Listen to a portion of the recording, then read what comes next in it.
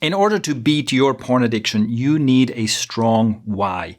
You need a strong reason for why you want to quit. If you don't have a strong why, then as soon as you feel a strong urge, your resolve will crumble and you will relapse. And chances are this has happened to you many times before. Maybe you didn't realize that the reason this keeps happening is that you lack a strong why. So in today's episode, let's look at what exactly you can do to create a strong why for yourself. I'll show you the 2 factors that matter, and then I'll also share a simple practice with you so you can really make this practical and use this as a tool in your quest to overcome this addiction. Welcome to the QuitByHealing Podcast, which is all about men's self-development and men's mental health.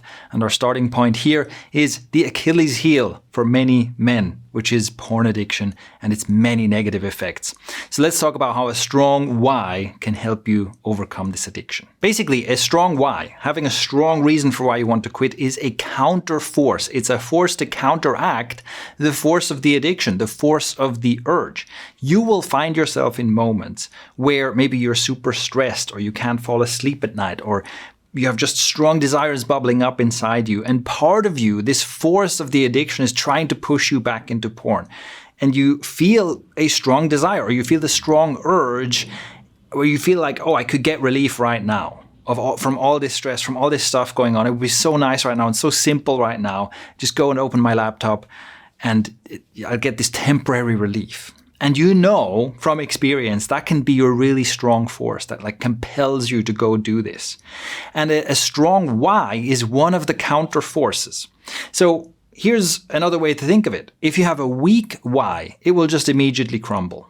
Let's take an example here. What is a weak why? Let's say you've seen a couple of videos about this and you have a general sense that, okay, porn is probably bad. Maybe I should stop masturbating. It's somehow bad for me. But in your head, if you explain to yourself, why do I want to quit? It's like, okay, it's bad for me. I heard that it lowers my testosterone, and maybe if I do it too much, I'll have trouble having sex with someone later. I might have erectile dysfunction or something. That's kind of the representation of the reason in your head. And I'm making this deliberately vague because if you've never written this down or something, it's probably quite vague. It's maybe some snippets of different ideas from different videos or something that you've heard that made you decide, yeah, maybe I should quit. This would be a weak why. And then what happens if you're feeling the urge to relapse and you go, okay, wait, what was my reason to stop? Okay, it's bad for me. I don't know. Testosterone, do I have high? I don't know. I don't care about my testosterone right now. And also, some future sex problems. I'm single right now, so who cares? So see how the weak why, it just doesn't stand a chance against, yeah, but I really want to jerk off to porn right now. So having said that, what makes a strong why? What makes the kind of why that can withstand the force of an urge to relapse? And it really comes down to 2 things. A strong why has to be one that you believe and that you feel. So those are the 2 factors, believing and feeling. And believing is, well, you have to believe it and it has to make sense to you. And this is where some kind of a vague idea of, it's bad for your testosterone if you jerk off too much is hold on, is that even true? Do I believe that? Have I seen any data to support that? And also, do I even have low testosterone? I don't know, right? So this kind of thing, if it's just an idea that's been thrown at you, do you actually believe it? Do you strongly believe it? If the answer is no, then that's not going to be part of a strong why. And the second factor is it has to be something that you feel, which means that it has to be emotionally resonant for you. Whatever the reason is, it has to be something that you actually care about. And this is why you can't just borrow someone else's why. Because for someone else, and this would be the example of, someone else had this problem where they developed erectile dysfunction, they couldn't have sex with their girlfriend because they used so much porn. But if you're single right now, maybe you're young and single, you have never had a girlfriend, it's like, well, do I care about that? I can't really relate to that. For someone else, that could be a very, very strong why. But for me right now, nah, I don't care. So those are the 2 factors, right? Believing and feeling. And those are just 2 examples of how my weak why is weak because I don't believe it and I don't feel it. And this, I have to say, is where a lot of the content that I see about nofap and quitting porn, and especially in the masculinity sphere and whatnot, I think is really unhelpful. Because there are many claims about, gaining superpowers. If you do NoFap, you become super attractive. It raises your testosterone. Every woman will be attracted to you. You'll have unlimited energy that you can use to build your business and get rich and so on. These claims might be motivating in the moment, but do you really believe them? Especially with claims about testosterone, it doesn't take that much research to see that, oh wait, it's not actually that straightforward. And you're not going to go from being a low testosterone male to a high testosterone male just because you haven't jerked off for a while. And anyway, and hormones are very, very complicated. So as soon as you get into research, the idea there crumbles. Your belief in that will crumble very quickly. And also, if you expect these superpowers, it can maybe be a strong why in the beginning. But then, as you do your NoFap and as you progress, it's like, hey, where are the superpowers? Why isn't this happening? So it kind of disproves itself, which again makes the why weaker over time. Now, let's talk about something that's pretty unfortunate. For a lot of people, a strong why comes around when you hit rock bottom. So basically, you escalate with your problem so far until something really ruinous happens in your life. And this is called the rock bottom moment, or I sometimes also call it the shit hits the fan moment, where you have a personal experience of something going horribly wrong, and it becomes very clear to you that it went horribly wrong because of your addiction. And then that extremely painful experience becomes your strong why, or it becomes part of your strong why. It's basically, I never want to experience that again. So this could be something like you're addicted to porn and you just ignore it and you ignore all the problems that are piling up until one day your wife leaves you and she takes the kids and she gets the house and you've lost everything. And as you're trying to pick up the pieces of your life, it becomes clear to you, and maybe she's very clear to listen, it's because of your porn addiction. I tried to talk to you about this. You never listened. You didn't care. Well, I'm out. And then it suddenly hits you. Wow, I've been in denial and I've been ignoring this for so long. I lost my marriage. I lost my kids. I lost my home.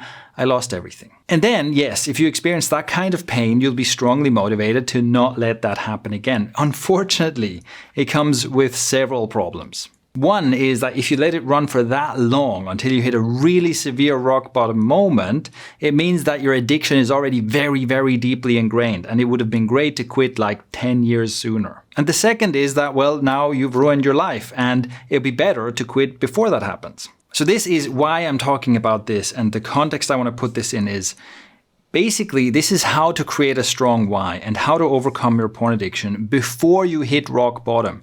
And it's possible that you're listening to this and you go, well, I've already experienced some really bad stuff. Yeah, but if you don't solve this now, you're going to experience the next thing, and the next thing is going to be worse than the last thing. So from where you are right now, how can you construct a strong why? So let's get back to those two factors. It has to be something you believe.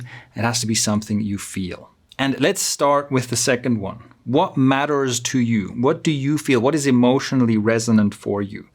And let's examine a few different areas where you can look at this. So we can look at the neurological effects of porn addiction, and you can learn about, and really the best way to do this is to do your own research on this. And you can also watch some of my other content on this for deeper dives into this, but learn about how this affects your brain and learn about what this does to your attention span, to your ability to focus, what it does to your mind in general. A great book to read about this is Dopamine Nation by Anna Lembke. That's a great book to really understand what does addiction do to the brain. So that's one area to look at. So you might find stuff that resonates with you, or you go, hey, my brain health is actually really important to me, or my self-control, my self-mastery is important to me. And learning about this can give you components for a strong why. Another area to look at is sex and relationships. So you can learn about how porn addiction affects relationships. There's quite a lot of research into this. And for example, there are studies that indicate that porn use is correlated with breakups and divorces. And the causation is from porn to breakup or divorce. It's not that people get unhappy in their relationships and that's why they start using porn and eventually other problems lead to the split. It is actually that often the porn use comes first and then escalates over time, and it's certainly not the only problem in a relationship in many cases, but it is part of the problem that eventually leads to that split. And so this could be a source, again, to learn about this, to figure out what's going on here, to figure out what track are you on. And that's especially important if you're in a relationship or if you're married. And that's one of the things that can become a resonant, important why for you. And the other side of that is just sexual health. So you can learn about how porn affects your ability to have real and pleasurable sexual connections with people. And basically the picture there does not look good.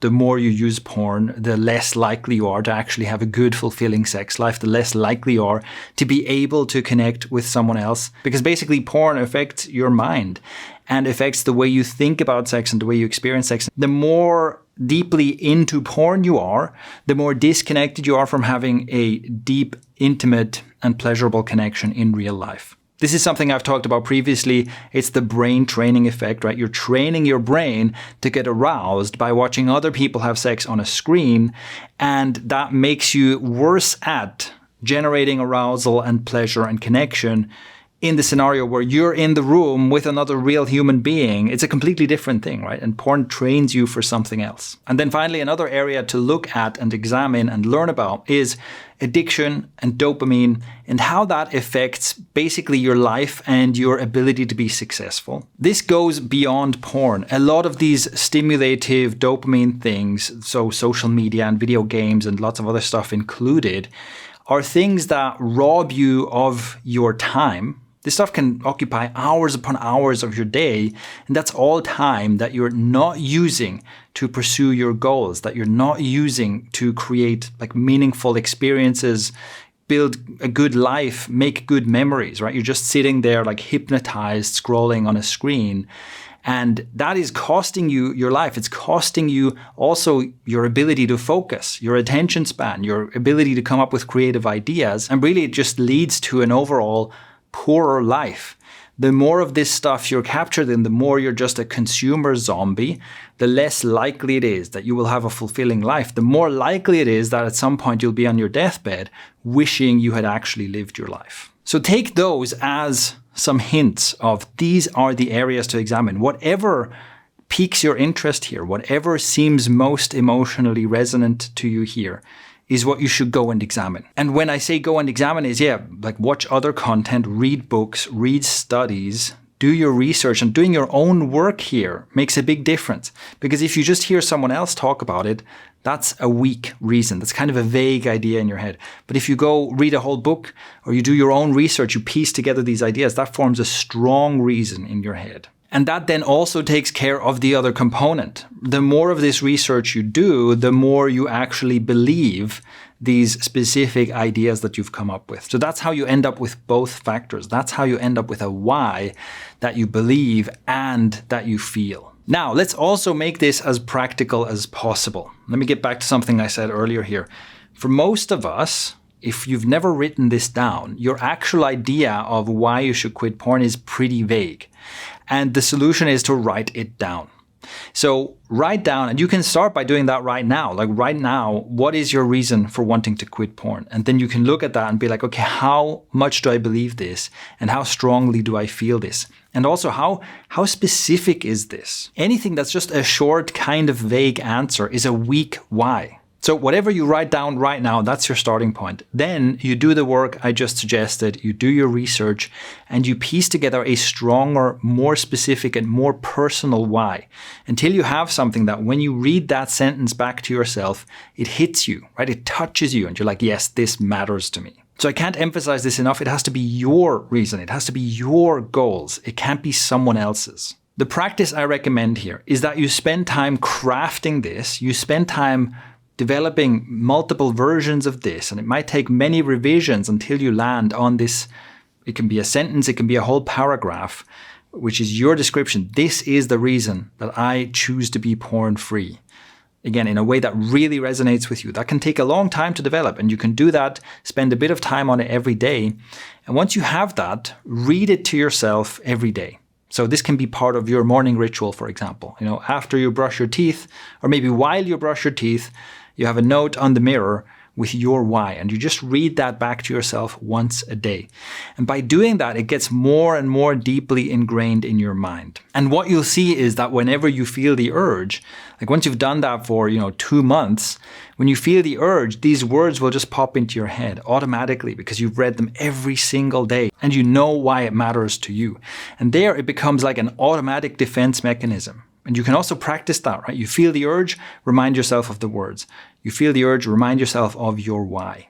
So that's it. Those are my tips on how to construct a really strong why and how to turn it into a tool, into a defense mechanism against urges that can help you on your journey to becoming porn-free. If you have questions about this or any feedback or comments, I'd love to hear them. You can go to the YouTube version of this and leave a comment there, or you can hit the link in the description, which takes you to the podcast page, where there's a message button, and you can leave a voice message.